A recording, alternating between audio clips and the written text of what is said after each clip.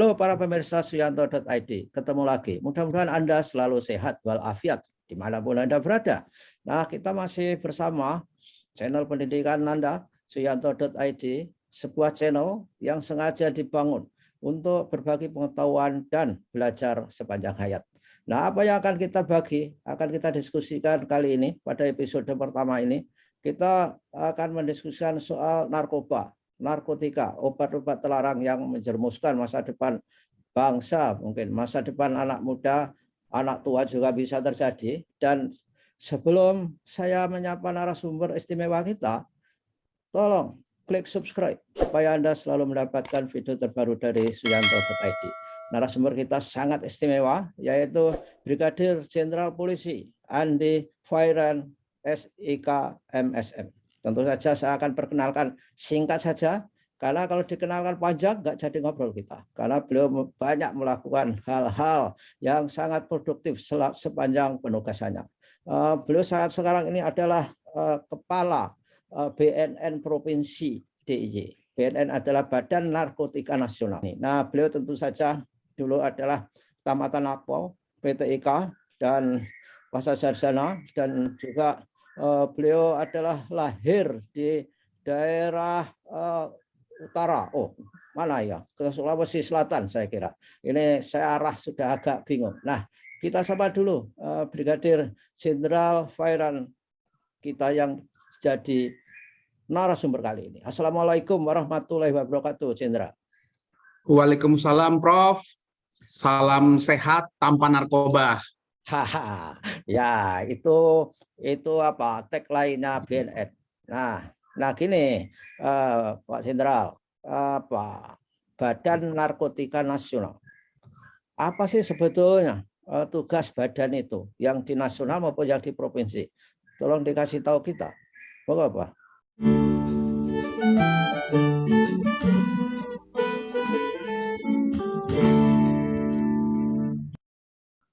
Baik, Prof. Jadi Badan Narkotika Nasional adalah lembaga non-kementerian yang berada langsung di bawah Presiden untuk melaksanakan kebijakan strategi penanggulangan dan penyalahgunaan narkotika di Indonesia. Jadi mulai dari tingkat pusat sampai tingkat kabupaten kita memiliki struktur organisasi yang ada.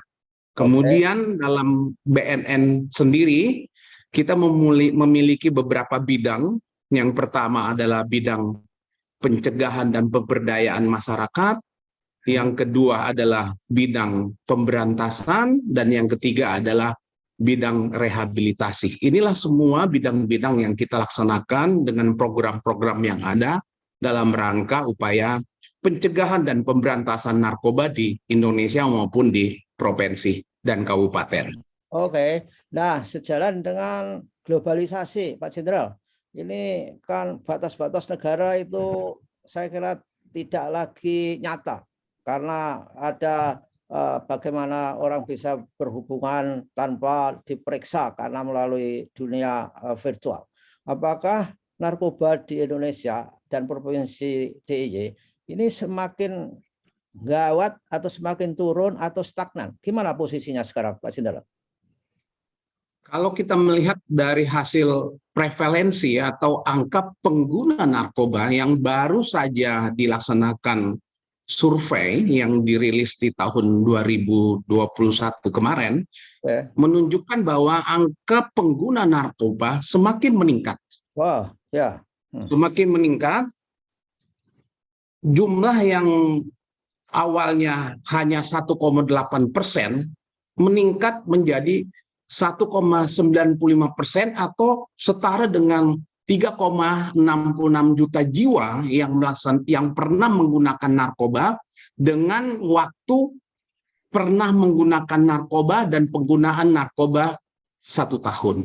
Itu fakta yang harus kita terima, bahwa ternyata di masa pandemik pun penggunaan narkoba juga semakin meningkat. Ini merupakan tantangan kita semua, terutama kami dari pihak BNN.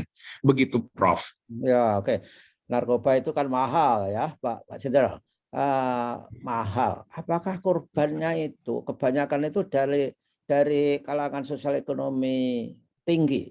Misalkan saja kita kan baru saja mendengar berita bahwa dari kalangan orang kaya baru saja keluar dari tahanan untuk penggunaan narkoba itu. Apa betul bahwa narkoba hanya dinikmati oleh orang-orang yang kaya? Gimana, Prof? Prof, seperti yang kita ketahui bahwa narkotika ini adalah komoditas, dia adalah barang dagangan. Ya. Para pengedar itu mencari pasar untuk mendagangkan. Masyarakat kita yang di Indonesia dengan jumlah penduduk yang cukup besar ini menjadi pasar buat pengedar narkoba. Kemudian para penggunanya pun juga sudah tidak bisa lagi kita klasifikasikan karena seluruh lapisan masyarakat sudah terpapar akan narkoba, baik dari tingkat ekonomi yang tinggi maupun juga ekonomi yang lemah. Begitupun dengan kalangan dari profesi juga tidak ada yang steril terhadap penggunaan narkoba. Begitupun dengan dari aspek umur. Inilah yang menjadi keprihatinan kita semua bahwa ancaman narkoba ini adalah musuh kita bersama. Kita tidak bisa menganggap ini hal yang biasa-biasa saja karena kita tahu bersama bahwa kejahatan narkotika adalah kejahatan luar biasa yang harus penanganannya pun juga kita lakukan secara luar biasa. Begitu, Prof. Oh, jadi kejahatannya termasuk extraordinary crime saya kira ya, Brigjen. Iya, betul, Prof. Karena ini sudah menyangkut lintas negara. Kita tahu sendiri bahwa negara Indonesia begitu panjang batas wilayahnya dengan pantai yang sangat terbuka sehingga tempat kita dijadikan pasar bagi pengedar-pengedar yang ada. Ini juga merupakan salah satu faktor yang menyebabkan kenapa Indonesia menjadi darurat narkoba. Di samping itu, penduduk kita yang cukup besar ini juga merupakan pangsa pasar buat mereka untuk menjajakan, menjual narkobanya di sana. Kemudian yang juga menjadi faktor utama bahwa proses penegakan hukum di negara tetangga, apapun alasannya, itu lebih keras dibandingkan di Indonesia. Sehingga menjadikan para pengedar itu lebih mengarahkan pengedarannya ke Indonesia. Seperti itu, Prof. Oke.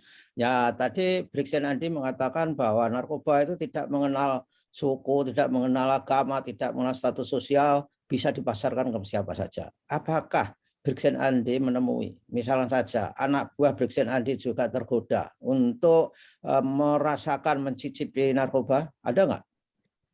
Seperti yang kita lihat beberapa kasus terakhir ini juga banyak yang terlibat, bukan saja dari aparat pemerintah ya, juga ada juga yang terlibat dari aparat hukum. Mungkin sekarang kita tidak bisa lagi menutupi banyaknya kasus-kasus narkotika yang melibatkan penegak hukum. Ini adalah suatu fakta yang harus kita hadapi bahwa tidak ada yang steril. Jadi kita juga harus memiliki komitmen bersama bahwa narkotika ini adalah tidak bisa menjadikan hanya pihak-pihak tertentu menjadi tanggung jawab dalam rangka mencegah atau menanggulanginya, tetapi kita harus selama bersama-sama aparat, kemudian stakeholder, elemen masyarakat secara bersinergi untuk melakukan pencegahan dan pemberantasan. Karena begini, Prof, barang itu ada di sekitar kita. Ada di sekitar. Kalau kita tidak waspada, tidak peduli, barang itu akan masuk ke rumah kita. Masuk ke keluarga kita. Dan apabila barang itu atau salah satu anggota keluarga kita sudah terpapar atau menggunakan narkoba, yang merasakan pertama adalah keluarga. Ini yang saya sampaikan, sehingga beberapa waktu yang lalu kami dari BNNP Yogyakarta melakukan sinergi dengan beberapa lembaga, terutama dalam rangka penguatan keluarga dalam rangka menjadi institusi awal mensosialisasikan bahaya narkoba di di lingkungan keluarga. Seperti itu, Prof. Ya, Brigjen Andi, tadi disebutkan bahwa Indonesia itu adalah darurat narkoba. Itu mulai kapan? Atau kira-kira targetnya kapan untuk ditanggalkan dari darurat narkoba ke tahap berikutnya, misalnya ke yang lebih aman? Gimana itu? Seperti yang kita ketahui, Bapak Presiden Jokowi juga sudah menyampaikan di beberapa waktu yang lalu bahwa Indonesia menjadi darurat narkoba. Tetapi ini menjadi tantangan kita semuanya.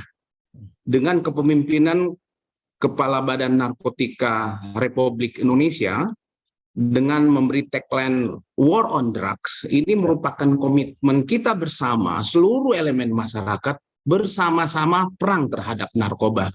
Kita harapkan kondisi kedaruratan ini bisa kita tekan dan menjadikan Indonesia bebas dari narkoba. Itu adalah komitmen kita, Prof. Jadi sekali lagi dengan beberapa program-program yang kita sudah lakukan saat ini, semoga ini juga menjadi suatu terobosan sehingga kondisi kedaruratan ini bisa kita tekan, kita bisa menurunkan sehingga Indonesia bisa terbebas dari jeratan narkoba. Oke, Brigjen Andi, apakah ada kriteria tertentu? Apakah di daerah tertentu itu memiliki level-level kedaruratan misalnya saja, misalkan Bali, DIY, kemudian Jakarta, dan juga nasional, adakah itu kriterianya? Ada nggak? Kalau kriteria juga sudah ada, Prof, terutama masalah angka prevalensi dari suatu negara. Karena untuk mengetahui apakah negara ini sudah terbebas atau tingkat penggunaan narkobanya itu bisa dinilai, itu dari survei yang selalu kita lakukan setiap 2 tahun. Itulah angka-angka yang harus kita menjadikan dasar apakah kita sudah melakukan program-program pencegahan dan pemberantasan secara efektif atau efisien. Jadi kita mengharapkan dengan program-program yang ada membuat masyarakat memiliki daya tangkal dan daya lawan atau daya cegah terhadap pengaruh narkotika yang menjadi keprihatinan kita, apalagi dengan era digital saat ini itu memudahkan beredarnya narkotika ke masyarakat, terutama di kaum milenial. Seperti itu yang kami dapatkan, Prof. Ya, oke. Bagaimana Brigjen Andi, ketika kita mengalami masa pandemi ini, ada fenomena di penggunaan narkoba turun atau stagnan atau bahkan naik karena banyak orang frustasi mungkin? Gimana, Brigjen? Saya memiliki data, Prof, bahwa justru di tahun 2021 kemarin, masih zaman masalah pandemik, justru kasus pengungkapan penggunaan narkoba atau jaringan narkoba itu meningkat.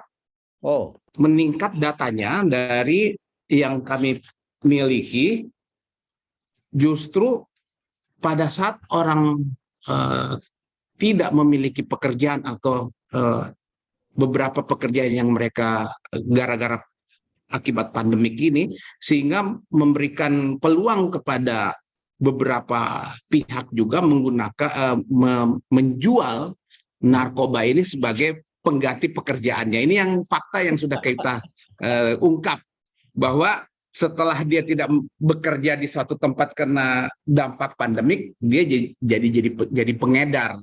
Ini juga jadi masalah yang sudah kita dapatkan. Begitu, Prof. Oh, luar biasa ya. Itu angka itu di nasional atau DIY, Brigjen? Saya sampaikan yang di Yogyakarta. Oke. Terutama yang diungkap oleh unit berantas BNNP DIY. Oke.